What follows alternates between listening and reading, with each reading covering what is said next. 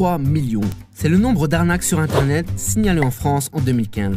Internet a bouleversé notre quotidien. On peut aujourd'hui, depuis un ordinateur, faire du shopping, apprendre et même trouver l'amour. Mais comme partout, il y a des petits malins qui en profitent pour voler notre argent. Alors dans cette vidéo, nous allons voir les 10 pires arnaques sur Internet. C'est parti! Numéro 10, les arnaques sentimentales. C'est probablement l'une des arnaques la plus destructrices pour les victimes. Car il y a non seulement un préjudice financier, beaucoup de victimes se retrouvent surendettées, mais aussi un préjudice moral, car la victime pense avoir trouvé l'amour pour se rendre compte finalement qu'elle s'est faite manipuler. Le mode opératoire est simple. Ça commence toujours par un profil aguicheur sur les sites de rencontres. Une photo attirante, une position sociale intéressante, une personnalité charismatique. En gros, la personne parfaite. Étape 2, le rapport. L'escroc va prendre son temps pour gagner la confiance de la personne. Et grâce à plusieurs techniques de manipulation, il va même réussir à faire naître des sentiments chez sa future victime. Étape 3, le problème. Enfin, la dernière étape, il va toujours y avoir un problème de dernière minute. C'est à ce moment-là que les premières sommes d'argent sont demandées, pour payer des frais médicaux, pour un problème avec la justice, etc. Et il ne va pas hésiter à lui soutirer de l'argent jusqu'à ce que la victime ne puisse plus payer, ou jusqu'au moment où elle comprenne ce qui se passe vraiment.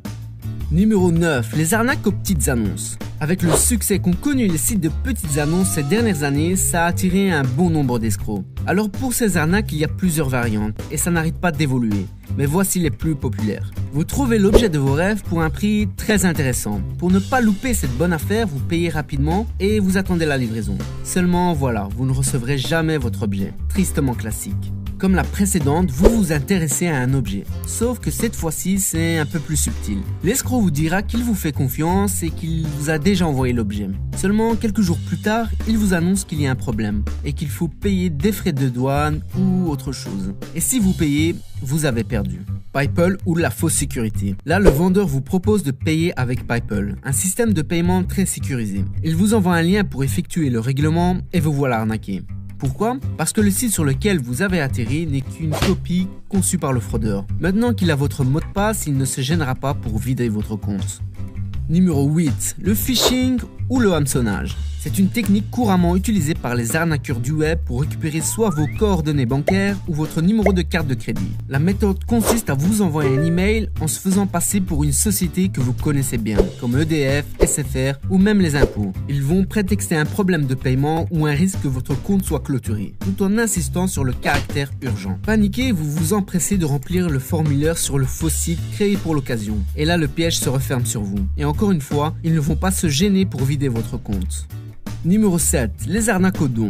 Alors il y a deux façons de tomber sur cette arnaque. Soit sur les sites de petites annonces ou vous recevez directement un email. Le mode opératoire est toujours le même. Une personne très généreuse souhaite vous faire un don d'un bel animal de compagnie, du dernier smartphone à la mode ou encore d'un énorme héritage. Une fois qu'ils ont gagné votre confiance, ils vous annoncent qu'il y a un petit problème et que des frais sont à prévoir. Mais vous l'avez compris, une fois les frais payés, vous n'aurez plus jamais de nouvelles de cette généreuse personne.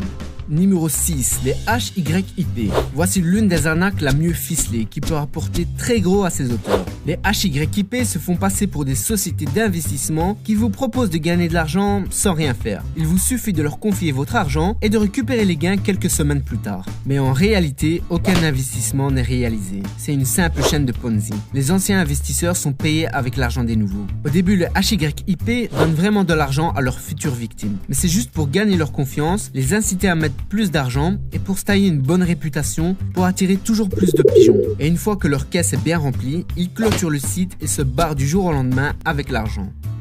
Numéro 5. L'arnaque de la gendarmerie. Vous surfez tranquillement sur le web à la recherche de votre film préféré et là soudain une fenêtre s'affiche. C'est la gendarmerie nationale qui vous annonce que vous avez fait quelque chose d'illégal et que vous avez été pris la main dans le sac. Maintenant il faut payer une amende pour déverrouiller l'écran et continuer à utiliser Internet.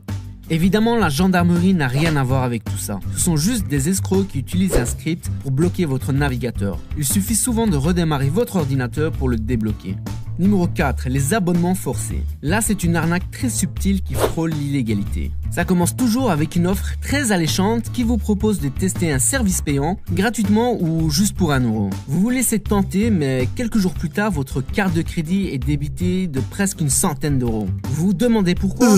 Simplement parce que vous n'avez pas lu les conditions générales de vente. Écrit en tout petit au paragraphe 15 alinéa 3 qui stipule que si vous n'annulez pas votre abonnement gratuit dans les 24 heures, la société a le droit de débiter votre carte de crédit du montant de l'abonnement. Le pire, c'est que cette arnaque est totalement légale.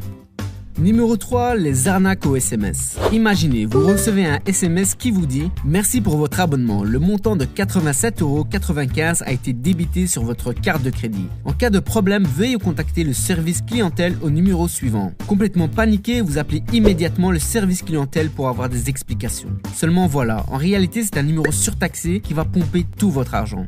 Numéro 2, les options binaires. Bonjour, dans cette vidéo, je vais vous montrer comment j'ai gagné plus de 9000 € en moins d'un mois en utilisant l'option Navigator.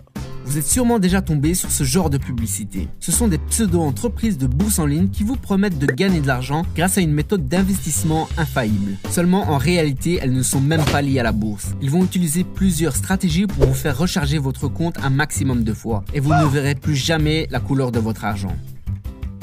Numéro 1, l'arnaque Interpol. C'est selon moi la pire des arnaques. Vous l'avez vu juste avant, toutes ces arnaques engendrent des victimes qui ont perdu de l'argent. Et les escrocs ont trouvé un moyen pour arnaquer ces victimes une deuxième fois. L'astuce est simple, ils contactent la victime en se faisant passer pour une victime de la même arnaque, à la différence que elle a réussi à obtenir un remboursement. Après avoir gagné sa confiance, elle lui conseille de contacter Interpol. Elle lui donne l'adresse mail de la personne qui s'est soi-disant occupée de son dossier. Mais évidemment, c'est encore un escroc qui se cache derrière ce faux policier. Et il va lui demander encore une fois de payer des frais de dossier pour ouvrir une enquête.